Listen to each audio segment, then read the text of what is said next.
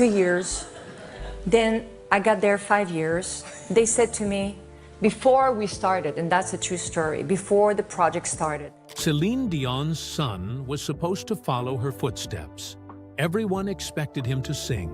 Everyone expected him to stay in the music world. But René-Charles had other plans. At 24, he finally spoke the truth about what he's been doing behind closed doors. The family kept it quiet for years. His mother was worried. His late father would have been shocked. But René-Charles didn't care about their fears anymore.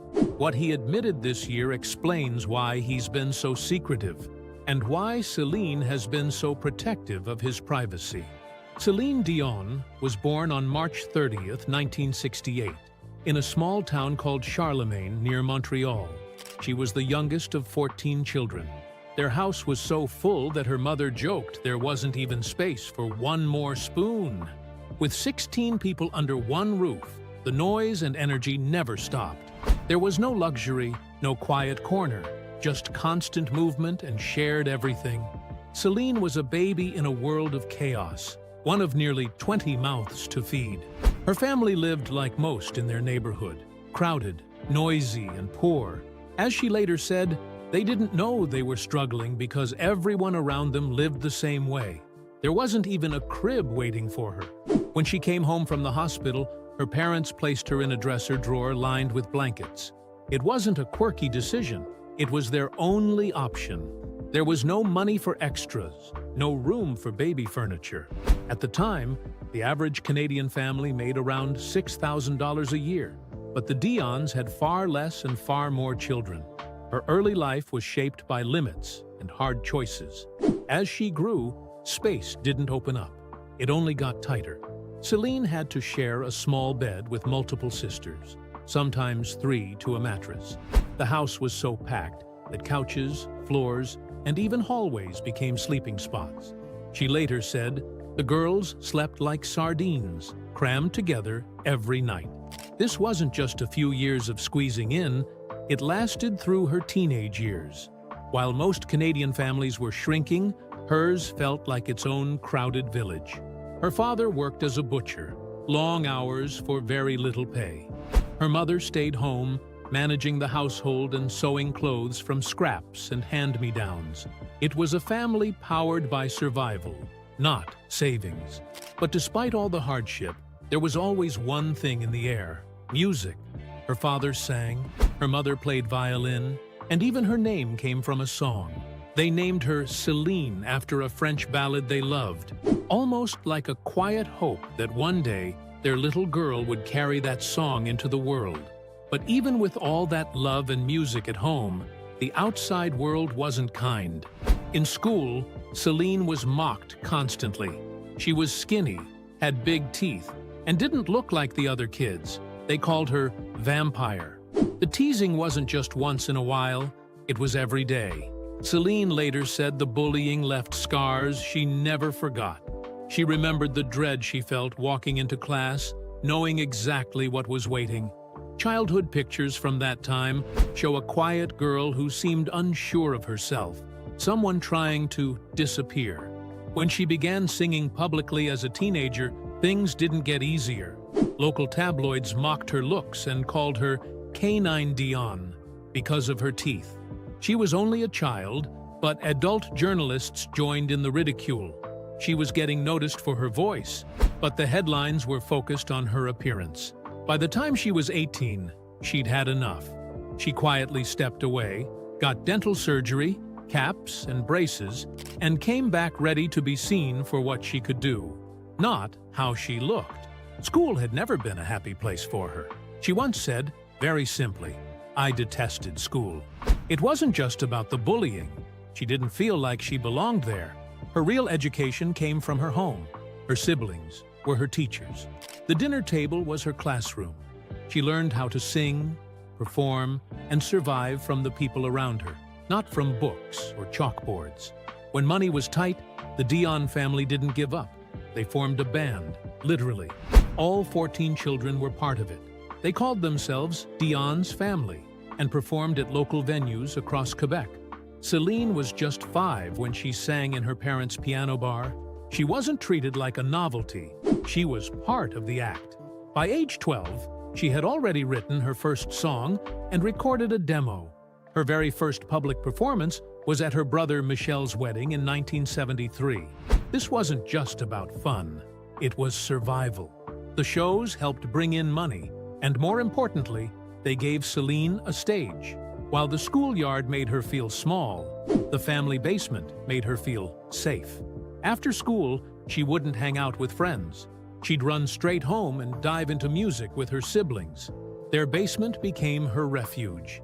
It was loud and alive, filled with instruments and laughter and song.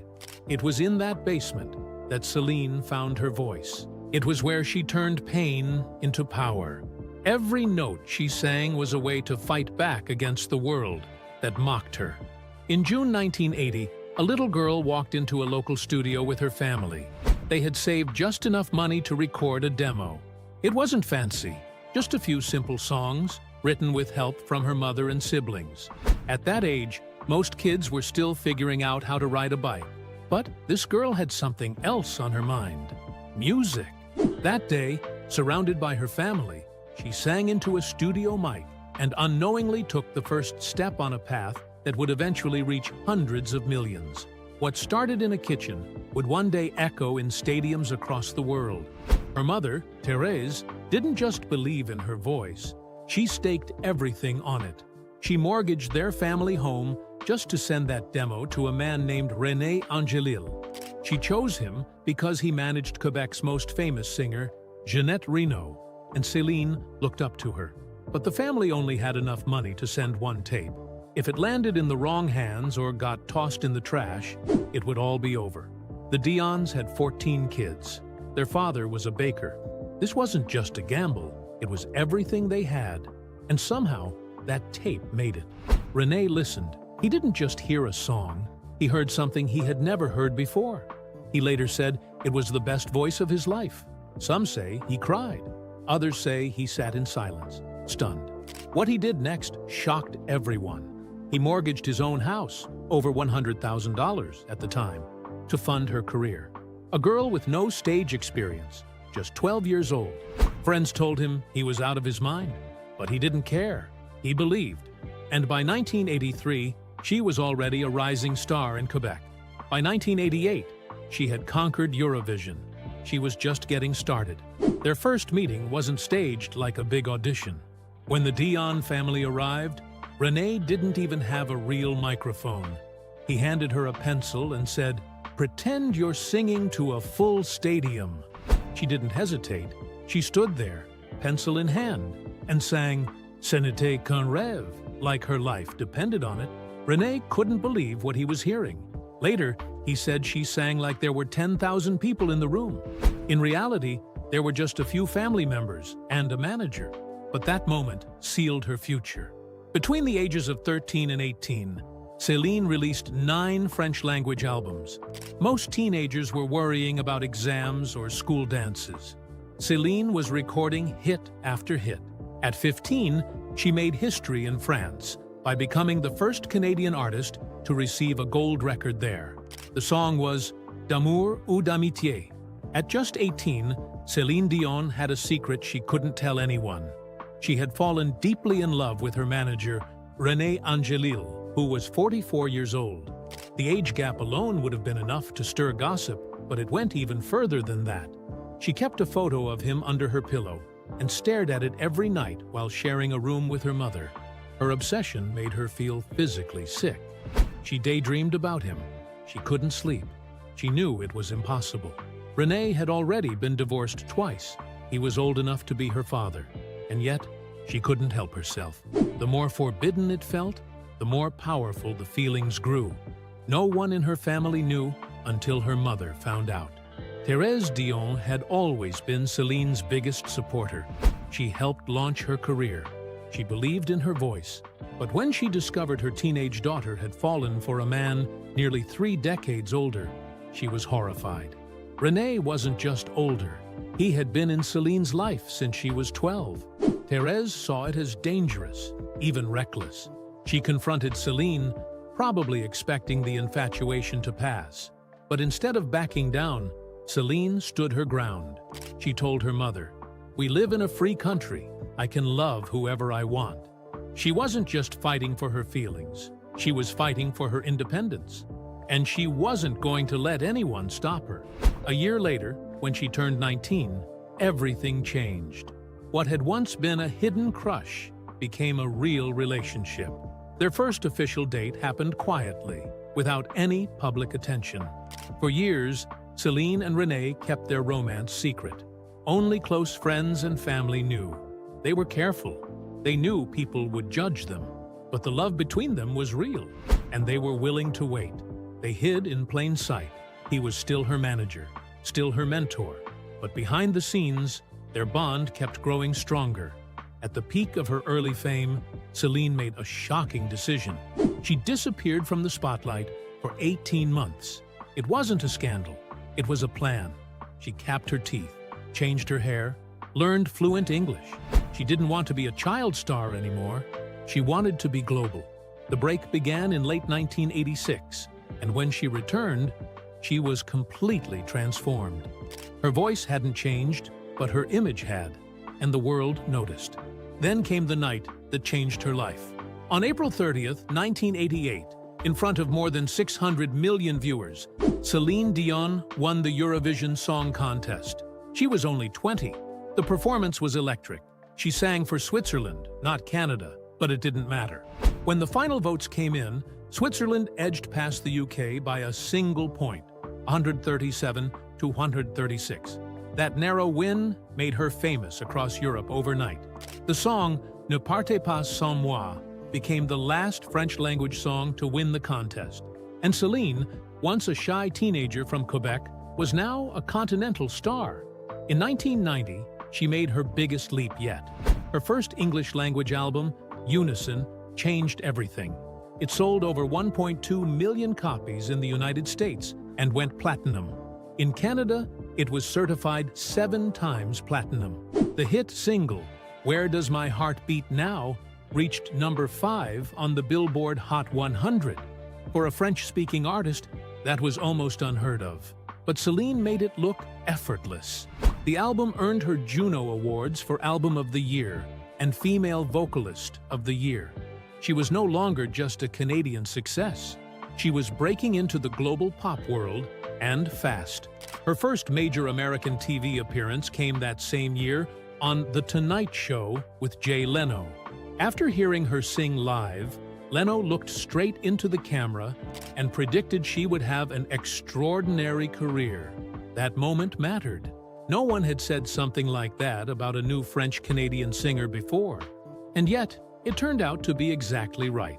That one TV moment opened doors for her all across the United States. 2 years later, the Wall Street Journal, normally focused on business and finance, called her a once-in-a-generation voice. That kind of praise from such a serious outlet stunned even her team. She was no longer being compared to pop stars. She was being grouped with legends. Her voice had become her calling card, strong, pure, and unforgettable. And critics were finally giving her the recognition she deserved.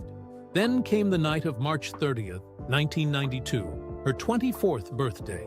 Celine stepped onto the Academy Awards stage to perform Beauty and the Beast with Peabo Bryson. The song had just won an Oscar and a Grammy. She sang it live in front of Hollywood's biggest names, and her performance stopped the show. That same night, she launched her next English-language album. The buzz was instant. Within 24 hours, she was back on The Tonight Show. And by then, everyone agreed. Jay Leno's prediction had come true. On December 17, 1994, Celine Dion surprised the entire country by getting married live on national television. Millions across Canada tuned in to watch her walk down the aisle at the Notre Dame Basilica in Montreal. She was just 26, wearing a silk gown with a 20-foot train and a tiara so heavy it weighed 7 pounds. Over 500 guests filled the church, which was decorated with more than 10,000 fresh flowers. What made it even more dramatic was that it was the first time Celine and René revealed their relationship to the world. He was 26 years older than her, and up until then, their romance had been kept quiet. But the road after their wedding wasn't easy. While her music career kept reaching new heights, Celine faced years of heartbreak trying to have children. In her early 30s, she started fertility treatments that stretched on for nearly a decade. Things became even harder in 1999 when René was diagnosed with throat cancer. Before beginning treatment, they froze his sperm, but doctors soon found his sperm count was already low. Natural conception became almost impossible. They went through at least 7 rounds of IVF. Each one took a toll, physically and emotionally. They also suffered a miscarriage. Though Celine was one of the most famous voices in the world, she kept these painful experiences private. When she finally gave birth, it felt like a quiet miracle. In May 2000, she flew to New York for 2 surgical procedures at a top fertility clinic. The surgeries happened just 4 days apart. Her team said she needed at least 10 days of rest afterward. She paused her career completely to focus on becoming a mother. The pressure was massive, not just from the media, but from her own hopes. Still, she kept going. Then, on January 25, 2001, their son was born in Florida. They named him René-Charles. He weighed 6 pounds, 8 ounces, and arrived 3 weeks early. Celine was 33 years old. The world celebrated with her. After years of setbacks and sadness, the moment felt perfect. She took a break from the spotlight for 3 full years to focus on her new family. It wasn't just a happy ending. It was proof of what hope and patience can do. But the story didn't end there. In a 2001 interview, Celine shared something few expected. When René-Charles was conceived through IVF, another embryo was also created, and it was still frozen. She said she felt deeply attached to it and couldn't bear to leave it unused. That embryo stayed frozen for almost 9 years. Then, in 2010, it helped bring her twin boys into the world. The same science that made her a mother once gave her the chance to expand her family again. Long before all of this, Celine had already become one of the biggest music stars on earth. In 1996, she released Falling Into You. The album changed everything. It sold over 32 million copies around the world. In the United States, it sold about 12 million. The UK added another 2.1 million. It wasn't just a bestseller. It won the Grammy for Album of the Year in 1997. It beat out albums by the Beatles and Beck. France, Germany, Canada, and Australia all crossed the 1 million mark in sales. Even 25 years later, people still love songs like Because You Loved Me and It's All Coming Back to Me Now. Each of those songs sold millions on their own. Then came a song no one could escape. My Heart Will Go On, released in 1997 for the Titanic movie, became the biggest hit of her career. By 1998, it had sold 18 million physical copies. It was #1 in over 20 countries. In Europe, it stayed at the top of the Eurochart Hot 100 for 17 weeks. Germany, France, and the UK combined for over 4.6 million physical copies. In the US, its radio play reached 117 million listeners in 1 month, a record at the time. And even now, people stream it hundreds of millions of times each year. A whole new generation continues to discover it. This success wasn't just about one song or one album. Celine became the first woman to have 2 albums sell more than 30 million copies. Falling Into You reached 32 million. Let's Talk About Love, released in 1997, followed with 31 million. No other female artist has done that. These weren't short-lived hits either. They stayed on charts around the world for months. Songs like My Heart Will Go On helped push them to unimaginable heights. In 2003, she changed the future of Las Vegas. Caesar's Palace built a $95 million arena just for her. It was called the Coliseum and held 4,300 seats. Before that, Vegas was seen as a final stop for fading stars. But Celine proved otherwise. Over 5 years, she sold more than 3 million tickets and earned over $385 million. That success made other major stars follow her lead. Elton John, Britney Spears, and Lady Gaga among them. What began with her became the blueprint for modern Vegas residencies. Celine Dion's love story with René-Charles was unlike any other. But behind the fame, lights, and music, they faced a private battle that stretched across 17 painful years. René was first diagnosed with throat cancer in April 1998. He fought through surgery and treatment and made what doctors called a miraculous recovery. But the cancer came back. In December 2013, another tumor appeared. It was removed, but the damage had already taken its toll. René couldn't eat anymore. He had to be fed through a tube. Celine often handled it herself, caring for him between rehearsals and performances. Still, René stayed involved in her career. Even when he couldn't speak, he helped shape her Las Vegas shows and world tours. Each time his cancer returned, Celine dropped everything. In August 2014, she canceled her Las Vegas shows and a planned tour in Asia. These weren't small decisions. They cost millions, but she never hesitated. She said she wanted to give every ounce of her energy to help her husband heal.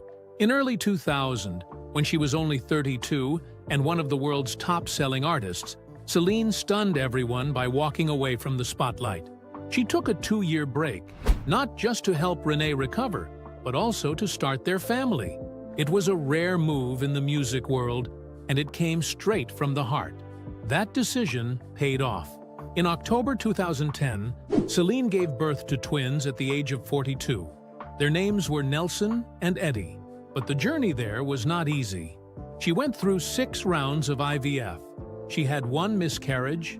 The twins came from embryos stored years earlier. Each baby weighed just over 5 pounds. One was named after Nelson Mandela, the other after Eddie Marnay, Celine's longtime producer. It felt like a miracle. Even as René's health declined, he and Celine remained partners. They worked together on her residency in Las Vegas. René passed away in January 2016 at the age of 73. In the final months, Celine was feeding him herself. He had stepped down as her manager, but he was still the heart of her career. She stayed by his side until the very end, just as she had promised. In 2024, the documentary I Am Celine Dion revealed a side of her life fans had never seen. In one haunting moment, cameras captured her having a seizure during a recording session. Her body stiffened.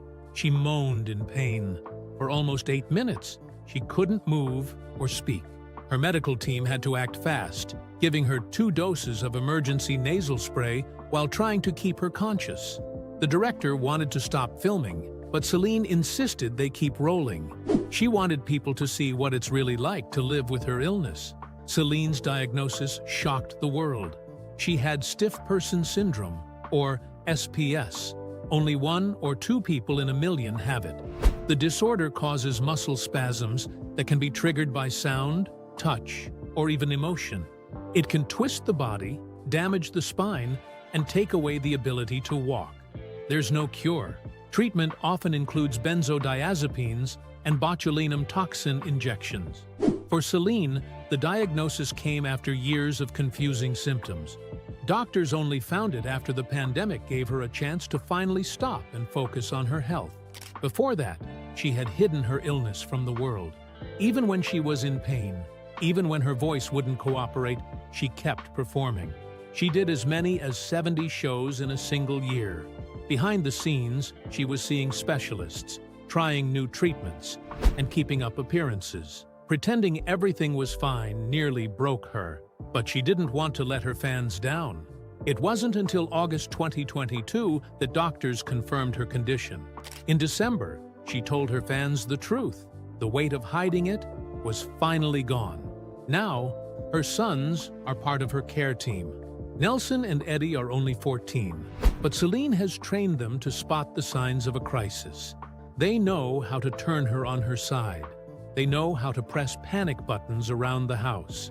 They know when to call for help. Every night, they do practice drills.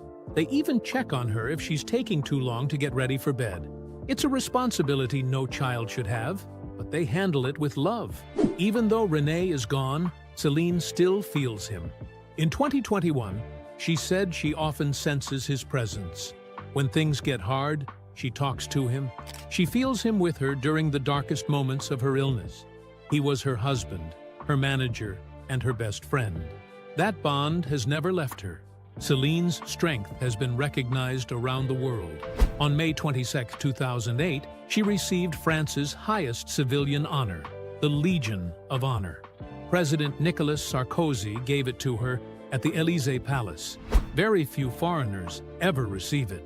By then, she had already sold more than 12 million copies of her French-language album, Deux, making her the most successful French-language singer of all time. In 2023, Rolling Stone named her the 10th greatest Canadian artist ever. She ranked just behind legends like Joni Mitchell and Neil Young. No other solo female pop act from Canada placed higher. The recognition came decades after her first hit songs, proving that her impact has lasted through every trend and change in the industry. Her eldest son, René-Charles, is making his own mark. At 24, he's found success in two completely different worlds. In 2021, he released a hip-hop EP. In July 2025, he shocked the poker community by advancing deep into the World Series of Poker main event. Out of more than 9,700 players, he made it to Day 5 with 2.8 million chips. He earned about $70,000 and showed that poker talent runs in the family. His father, René, had also been a serious player. Now, René-Charles is continuing that legacy, with music in one hand and cards in the other.